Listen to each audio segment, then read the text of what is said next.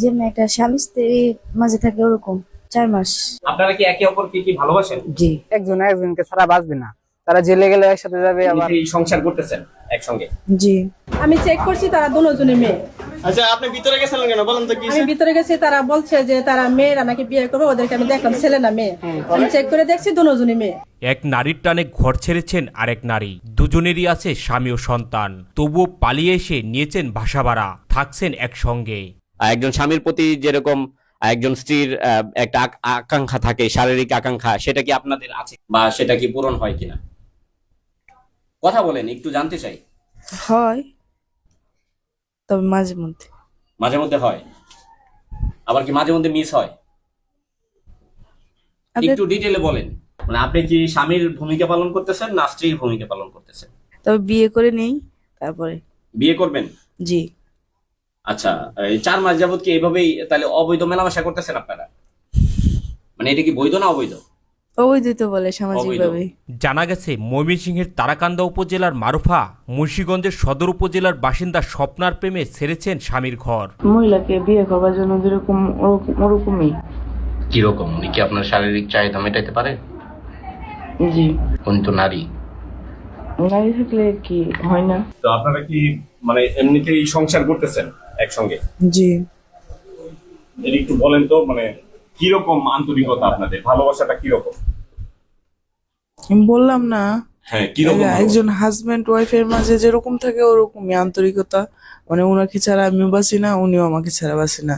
উনি স্বামী যেতে পারি, ফ্যামিলিও একচুয়ালি আমি ফ্যামিলি থেকেও জোগাড় করে এসে বলছি ওনার জন্য। ফেসবুক ও টিকটকের মাধ্যমে মারুফা ও স্বপ্নার পরিচয় হয়, এরপর দীর্ঘদিন যোগাযোগ হয় হোয়াটসঅ্যাপে, গড়ে ওঠে প্রেমের সম্পর্ক। হাজবেন্ড ওয়াইফের মাঝে যেরকম থাকে ওরকমই আন্তরিকতা। মানে ওনাকে ছাড়া আমিও বাঁচি না, উনিও আমাকে ছাড়া বাঁচি না। উনি স্বামী যেতে পারি, ফ্যামিলিও একচুয়ালি আমি ফ্যামিলি থেকেও জোগাড় করে এসে বলছি ওনার জন্য। আপনার স্বামীকে ছেড়ে চলে আসছেন? ফ্যামিলি, আমার আব্বু আম্মুর কাছে আসছিলাম, আচ্ছা, ওইখান থেকে এসে বলছি। আপনার কি স্বামী আছে? জি।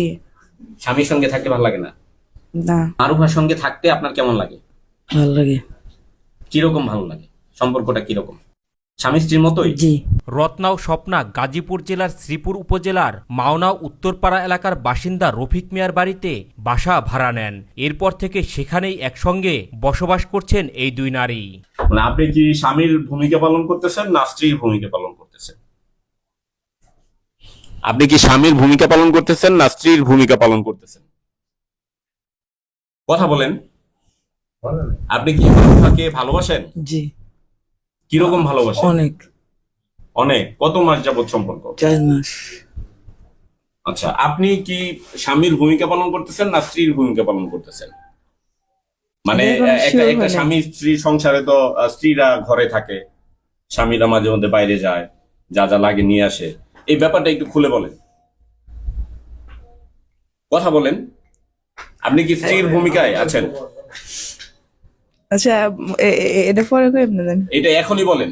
না না না, এখনো শিওর হই নাই কে কোনটা Sure হন নাই। পালন করতেছি।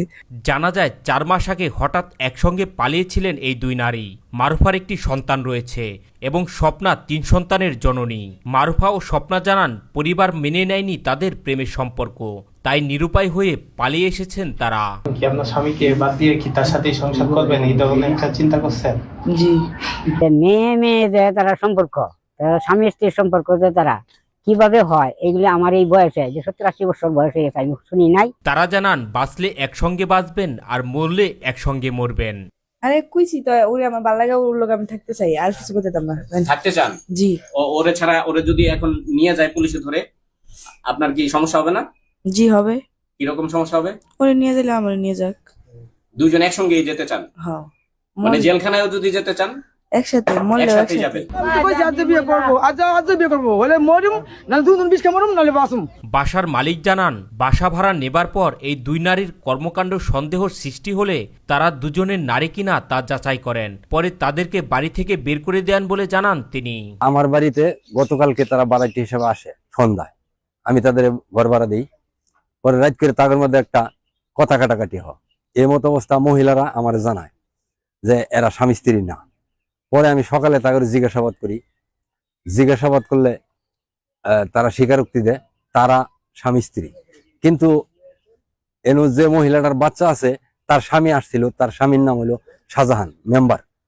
উনি আইসা নেওয়ার জন্য আসছিল, ওনারা যায় না। পরে আমিও সাথে ছিলাম, কথা বলছি, কোনো মতেই তার মতে একমত হয় না, পরে এখানেই রয়ে গেছে। আর তারা যে বর্তমানে যে অবস্থান, উভয় মহিলা, এদের যে ঘটনাটা, এটা আমার মতে আসলে এই অবস্থানে একজন মহিলা আর একজন মহিলার স্বামী স্ত্রী হতে পারে না, এটা আইনের দৃষ্টিতে সঠিক না। এই ঘটনার জানাজানি হলে এলাকায় ব্যাপক চাঞ্চল্যের সৃষ্টি হয়। স্থানীয়রা নারীর সঙ্গে নারীর এমন প্রেমকে অনৈতিক আখ্যা দিয়ে প্রতিহতের আহ্বান জানান। এটা ইসলামের দৃষ্টিতে এটা সঠিক না, এটা কোনো জায়েজ না। এটা শাস্তি হওয়া উচিত, এটা একজনের এটা শাস্তি দিলে আরো 10টা লোক যাতে ভালো